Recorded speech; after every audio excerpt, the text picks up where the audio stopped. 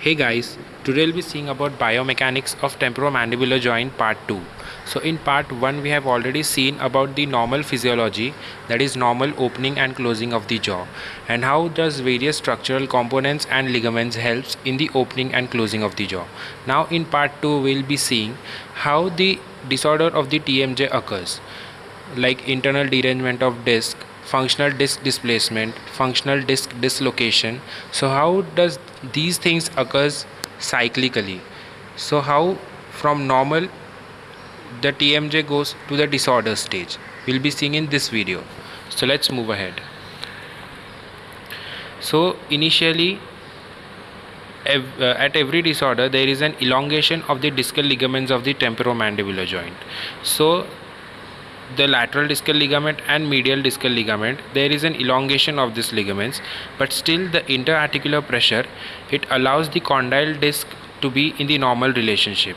When the jaw is closed, in the closed joint position, the superior retrodiscal lamina does not provide much influence on the disc position.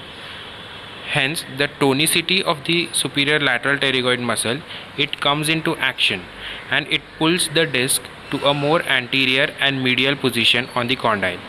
So at the time when superior retrodiscal lamina does not act much over the articular disc, at that time the postural tonicity of the superior lateral pterygoid muscle, it comes into action, and we all know that action of the superior lateral pterygoid is to pull the disc anteriorly. So the same thing happens. This tonicity of the muscle, it pulls the disc more anteriorly and medially over the condyle. So over the time, after an elongation of discal ligaments, as we know that articular disc has anterior band, intermediate band, posterior band, which is widest and thickest of all. So over the time, this posterior band of the disc, it undergoes thinning, and the disc, because of the superior lateral pterygoid muscle and its tonicity, it keeps on moving forward and medially over the condyle. And as there is more thinning of the posterior band, the condyle, it becomes positioned on the posterior border of the disc. So as the posterior band keeps on thinning, the condyle, it keeps on going posteriorly over the disc. That is, normally the condyle is in contact with the intermediate band of the articular disc. Now as the posterior band goes on thinning, the condyle keeps on moving posteriorly towards the posterior band, as seen in the figure.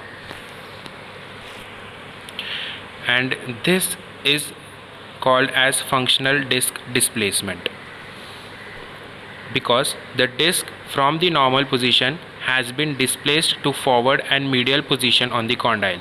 So from normal condyle to disc relationship, the very first stage of disorder is functional disc displacement. Now the functional disc displacement has occurred. The disc has been traversed anteriorly and medially over the condyle. Now at this stage, whenever the mouth opening occurs, so during mouth opening, the condyle, it translates over the posterior surface of the disc to the intermediate zone, because though the condyle is in contact with the posterior band, but at the time of mouth opening, the condyle has to come in contact with the intermediate band first, and then the opening occurs. But this usually does not occur, because the interarticular pressure, it increases in the specific area. So because of this increased interarticular pressure, there is an abrupt movement of the condyle over the disc, and this abrupt movement of the condyle gives rise to a clicking sound. And once this clicking sound occurs, the next stage of the disorder is early stages of disc derangement disorder, which we usually call as internal derangement. So we can say that functional disc displacement, if not controlled, can further lead to internal derangement of the disc, which is characterized by the clicking sound during the opening of the jaw. Now let us see this in the figure. Now let us concentrate over this half. Now in figure A, the condyle is in contact with the posterior band. Now during the mouth opening, when the condyle has to traverse over the posterior band to the intermediate zone, it is not that easy because the interarticular pressure is increased. Hence, when the condyle it crosses the posterior band and comes to the intermediate band, the disc it causes an abrupt movement of the condyle, and because of this abrupt movement there is first click which occurs while opening of the mouth, which is also called as opening click, and after this click the condyle from posterior band it comes to the intermediate band and then the mouth opens. Now we have seen about the opening click. Now there is also something which is called as closing click. Now let's see how that occurs. But before that, just revise once. First there is an functional disc displacement. After that there occurs an internal derangement which is accompanied by clicking sound during opening. But then as the condition gets worse, the discal ligaments elongates further. There is the continuous thinning of the articular disc. Because there is continuous thinning of the articular disc, the tonicity of the superior lateral pterygoid muscles comes more into action because of the superior retrodiscal lamina, which loses its posterior pull. Now let's see in the figure. As the superior retrodiscal lamina it loses its posterior pulling of the articular disc, so as the lamina cannot pull the disc posteriorly, the lateral pterygoid it moves the articular disc forward, and because of this the condyle it starts going posteriorly. So disc moves more forward and condyle moves more posterior because of the superior lateral pterygoid and the posterior pull of the superior retrodiscal lamina, which decreases. Now in the previous figure we have seen about the opening of the jaw and the opening click.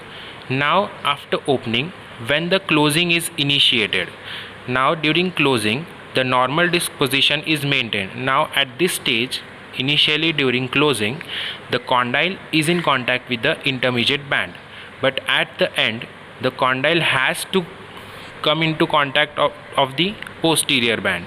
So during closure, as the closed joint position is approached, the condyle across the posterior border of the disc when travels, it creates a second clicking sound which is called as reciprocal click.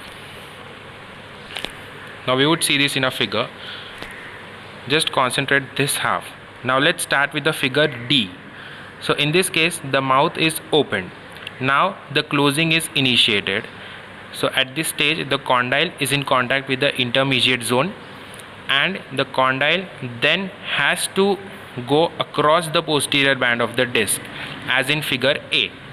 So whenever the condyle moves across the posterior band of the disc, at that time again the interarticular pressure increases. So because of this increase in the interarticular pressure, the disc again causes an abrupt movement of the condyle, and this leads to second click or closing click or reciprocal click. So I hope we are clear with the opening click and the reciprocal click. In short, the opening click occurs when the condyle has to come from posterior band to intermediate zone, and the closing click occurs when the condyle has to move from intermediate band across the posterior band. So moving on to next stage, as we have seen this, the discal ligaments elongation occurs, articular disc keeps on thinning, superior lateral pterygoid muscles tonicity moves the disc more anteriorly because the elasticity of the retrodiscal lamina is decreased, because of which the disc moves more forward and condyles moves more posterior. So superior lateral pterygoid, it leads to anterior migration of the disc completely through the discal space. So now this is again an advanced stage. In this what happens is, the superior retrodiscal lamina, its ability to pull the disc posteriorly decreases to this extent that the superior lateral pterygoid muscle, it pulls the disc totally anteriorly of the condyle. hence because of which there is full translation of condyle is inhibited by the disc, and as the full translation of the condyle is inhibited by the disc, this condition is called as lock joint. So in this case the disc is entirely in front of the condyle, and this stage is called as functional dislocation of the disc. As seen in the figure, we can see that condyle, it is entirely located behind the disc. The tonicity of the superior lateral pterygoid muscle, it has pulled the disc entirely into the anterior and medial position, because of which the disc has totally crossed the condylar head and the condyle is blocked behind the disc. So let's revise once. There is a normal condyle disc relation initially. So whenever any type of disorder occurs, it leads first to the functional disc displacement. As in functional disc displacement, what happens is the disc, it moves more anteriorly and medially of the condyle because of the superior lateral pterygoid muscle. Moving on to next, there occurs early stages of disc derangement disorder or internal derangement, which are accompanied by clicking sounds such as opening click and closing click.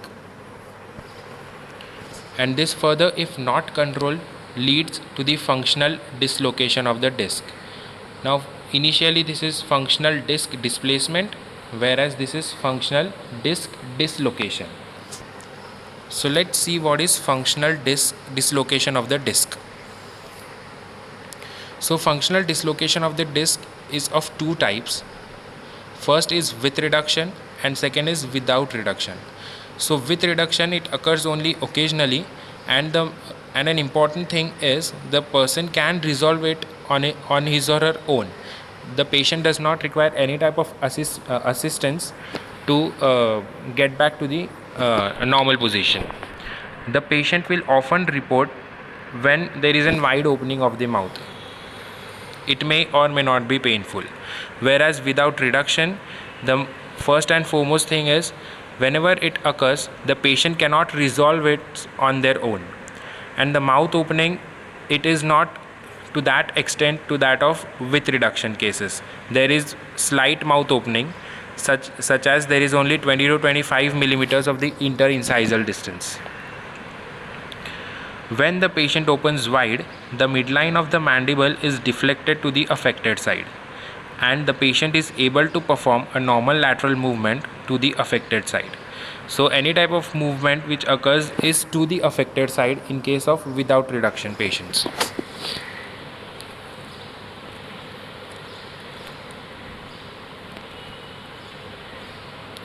So whenever there is functional dislocation of the disc, in this case the condyle, it is chronically positioned posterior to the disc, and as it is positioned in the posterior area, it comes totally over the retrodiscal tissues, and as retrodiscal tissues are not that trained to bear the condyle, so because of which there is the tissue breakdown, and this tissue breakdown leads to the tissue inflammation, and from here another type of temporomandibular disorders starts.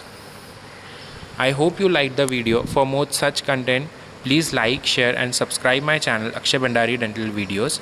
We'll be back soon with such more content. Thank you.